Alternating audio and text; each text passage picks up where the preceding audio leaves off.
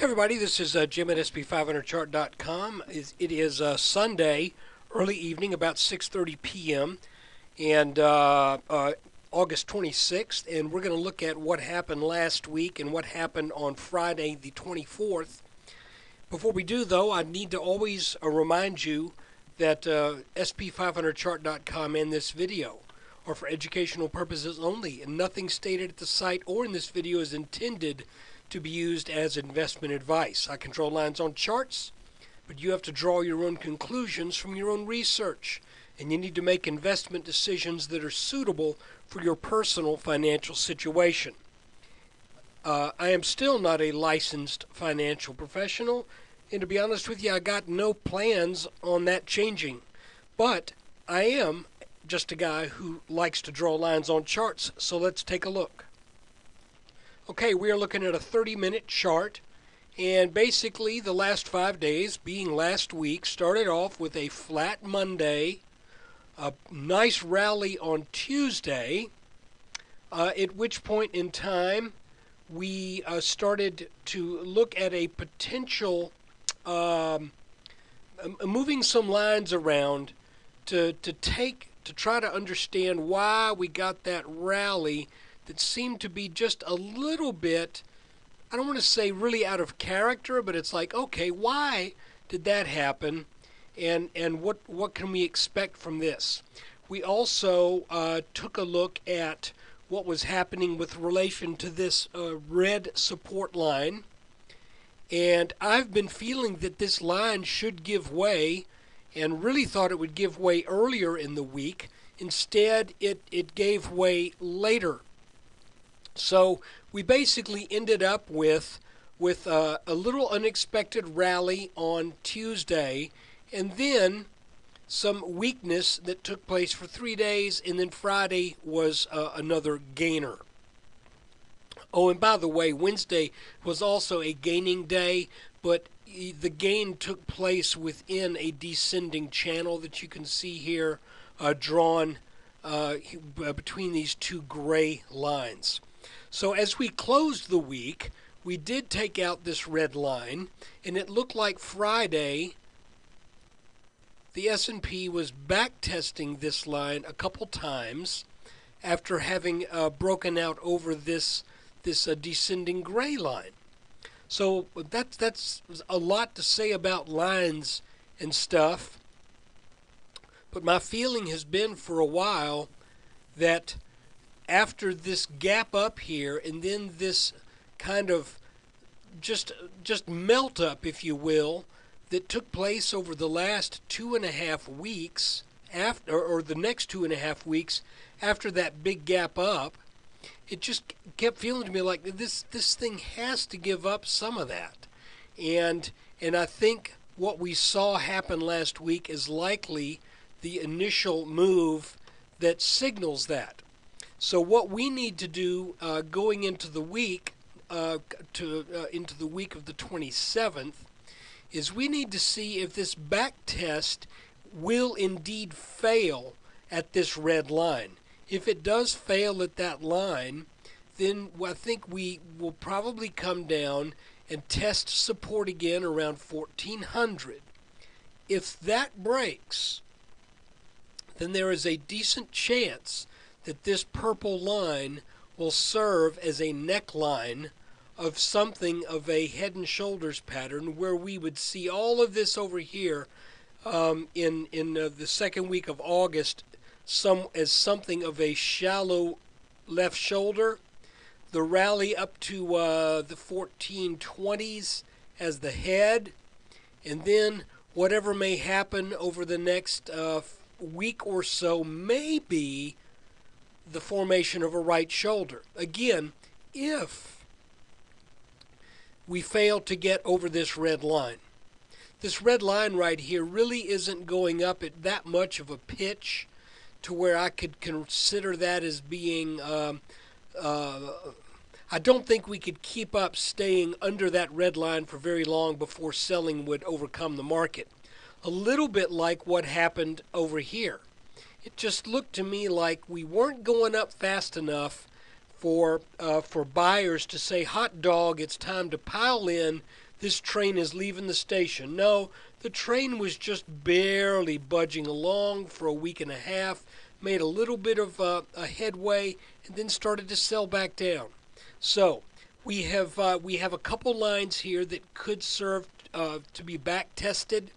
One is this red line that looks like was trying to take place on Monday. If the market is able to get over that line, then we've got this green line to take a look at as well. So guys, really nothing that much has changed. Looking ahead, it still looks to me like we need to sell back a bit, come down, see if we can find some gap support down here in the high 1300s. But this is the line to watch for now. It's roughly at 1400, maybe 1399, because we have, call this 1, 2, 3, 4, then this rally, and then a bounce back here, 5 touches. Let's see if the S&P now starts to roll over and we start to turn this into a little head and shoulders top, which if we do, would probably carry with it the implication that if we break this line, then we will probably start taking out some longer standing lines of support. I think this one right here would go in a hurry. Okay, and then this one should also be taken out as well, unless we were to make that move really super quickly. I just don't see that happening. So this to me looks like the beginning of a breakdown of some rising lines of support, notably this green line, this red line, and an approach now back to some areas where we should start to find some resistance again. And then if the market begins to turn back down and we approach this purple line right here, if that breaks, then I think that will probably set up a cascade of events that would take the S&P back down into the mid 1300s minimum and probably into the lower 1300s. Frankly, the market is kind of due for something like that, and it would also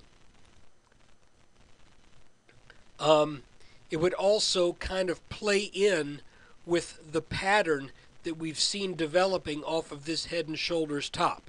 And that is head and shoulders top, breakdown, and then kind of a wedge-shaped recovery back to that neckline, even though that neckline slopes up and it temporarily got over the top that was established back in a very early April of 2012. That neckline is still there, and we are currently under it once again. If the markets were to really show some unusual, and they have, and I'm not saying this can't happen, if we really see some just blockbuster strength. Let me move this line just a little bit to account for us looking at this on the hour chart. Okay.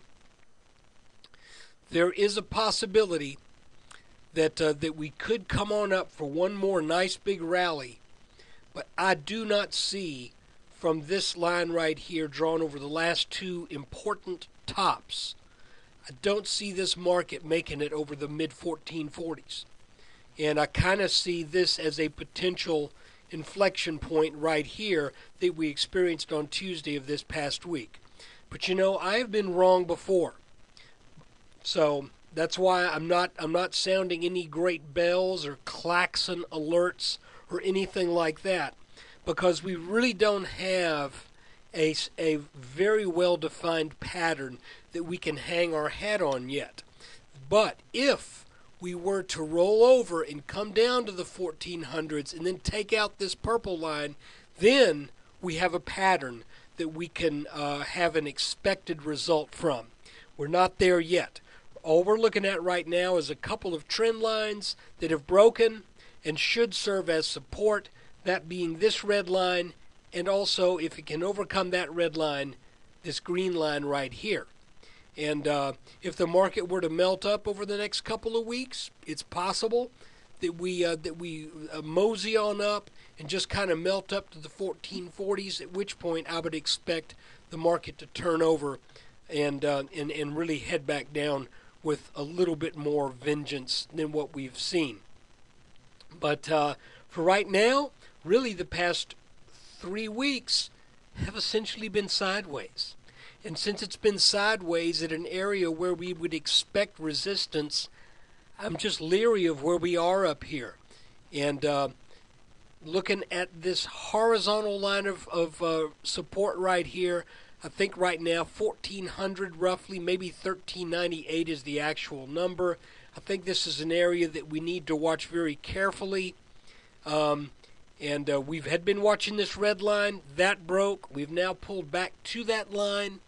Let's see if we come back down. This would be the next level to be very aware of, because if that breaks, that would be a good number of shares that have changed hands up here over 1400 that could present a lot of inventory over 1400 to be liquidated and sold for cheap prices if people start to be concerned about where they entered the market over the past 3 weeks or so.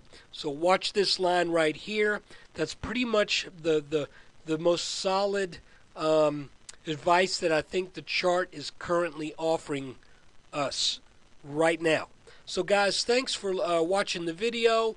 Last week was pretty much kind of what I expected, with the exception of that one strong day on Tuesday. For the most part, the call was pretty strong, and that was look mostly for weakness for this past week. So even though we essentially were flat, once we got that little rally out of the way, we started to sell back down. And I think that will probably take place in the upcoming week. But you know, the markets have a way of doing their own thing, and absent that really strong, reliable pattern, I can't make any statement too strongly right now. So just watch it. This should be resistance. This should be resistance. This should be support. So let's see what gives next. Thanks for watching.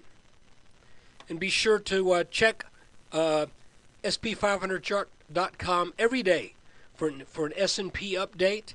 And, oh, by the way, that is for subscribers. Non-subscribers, what I'm doing now is I post all of the week's videos at the end of the week at the same time I do the weekly review. So you can see kind of how things went. Everybody, this is a matter of public record as far as I'm concerned.